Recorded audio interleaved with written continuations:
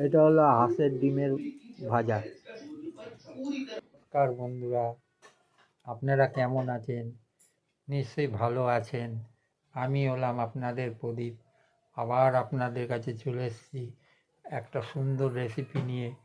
রেসিপিটির নাম হলো হাঁসের ডিম কষা। এই রেসিপিটি আপনাদের কাছে ভালো লাগলে আপনারা অতি অবশ্যই লাইক, সাবস্ক্রাইবার এবং কমেন্ট করে জানাবেন। পারলে আপনারা এই ভিডিওটাকে বেশি করে শেয়ার করে দেবেন। তাহলে ভিডিওটা শুরু করা যাক। আজকের রেসিপি হাঁসের ডিমের কষা।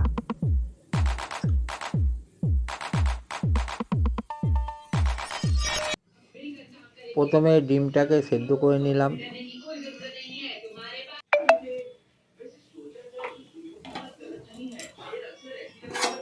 তারপর কড়াইতে তেল দিলাম,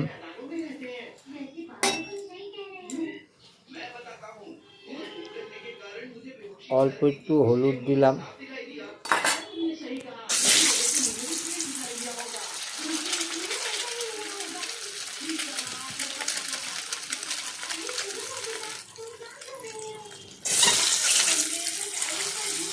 অল্প একটু নুন দিলাম,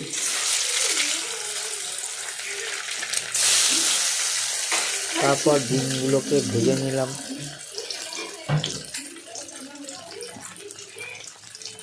হাঁসের ডিমগুলোকে ভালো করে ভেজে নিলাম।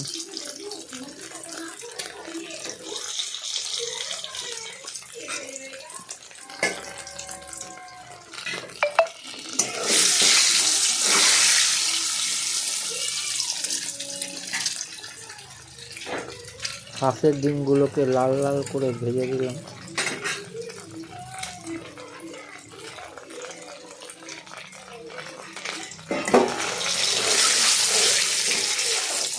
আমার ডিম ভাজা হয়ে গেছে, হাঁসের ডিম।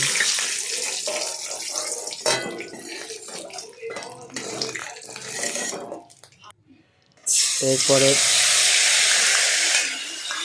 পেঁয়াজটাকে পেস্ট করে নিয়ে আদা রসুন একসাথে পেঁয়াজটাকে পেস্ট করলাম, করে সেই পেঁয়াজ পেস্টটাকে কড়াইতে দিয়ে দিলাম, দিয়ে সেটাকে ভালো করে ভাজলাম।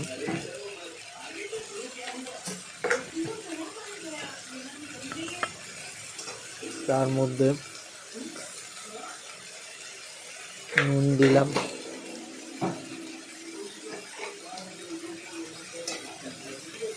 হলুদ দিলাম,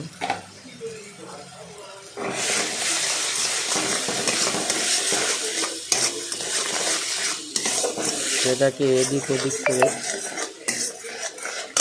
নিয়ে ভাজলাম পেঁয়াজটাকে।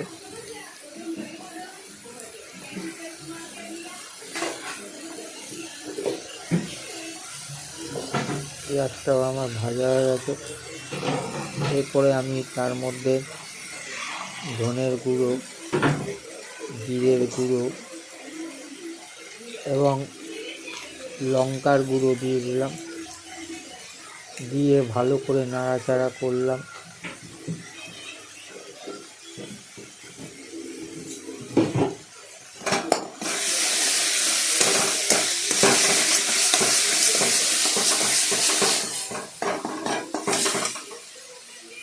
এর মধ্যে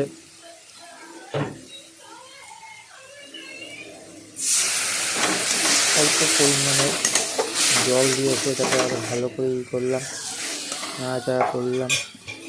এরপরে আমি আলুগুলো সিদ্ধ হয়ে যাওয়ার পর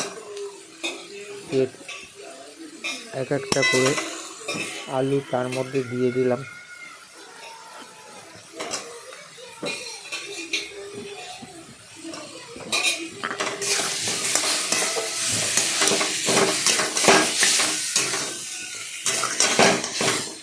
দিয়ে সেটাকে ভালো করে নাড়াচাড়া করলাম।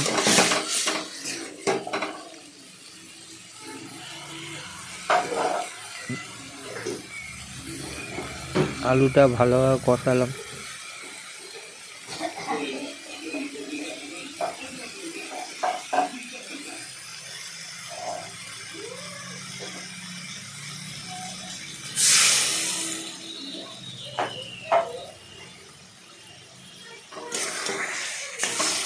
অল্প একটু জল দিয়ে সেটাকে ভালোভাবে কষাতে হবে। কষানো হয়ে গেছে, এরপরে সেই ভাজা ডিমগুলো তার মধ্যে দিয়ে দিলাম।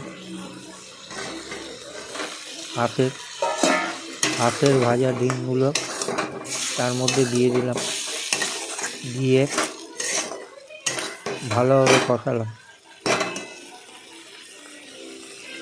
এরপরে তার মধ্যে অল্প পরিমাণে ধনেপাতা ছিঁড়ে দিয়ে দিলাম এবং কিছুক্ষণ রেখে দিলাম আছে।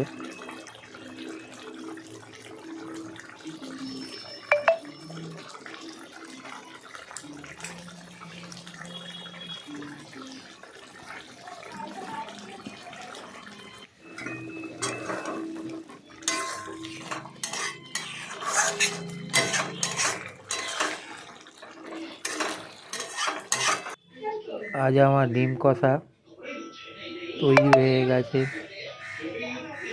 এই ভিডিওটা ভাল লাগলে আপনারা অতি অবশ্যই সাবস্ক্রাইব আর লাইক ও কমেন্ট করে জানাবেন, পারলে বেশি করে শেয়ার করে দেবেন। নমস্কার।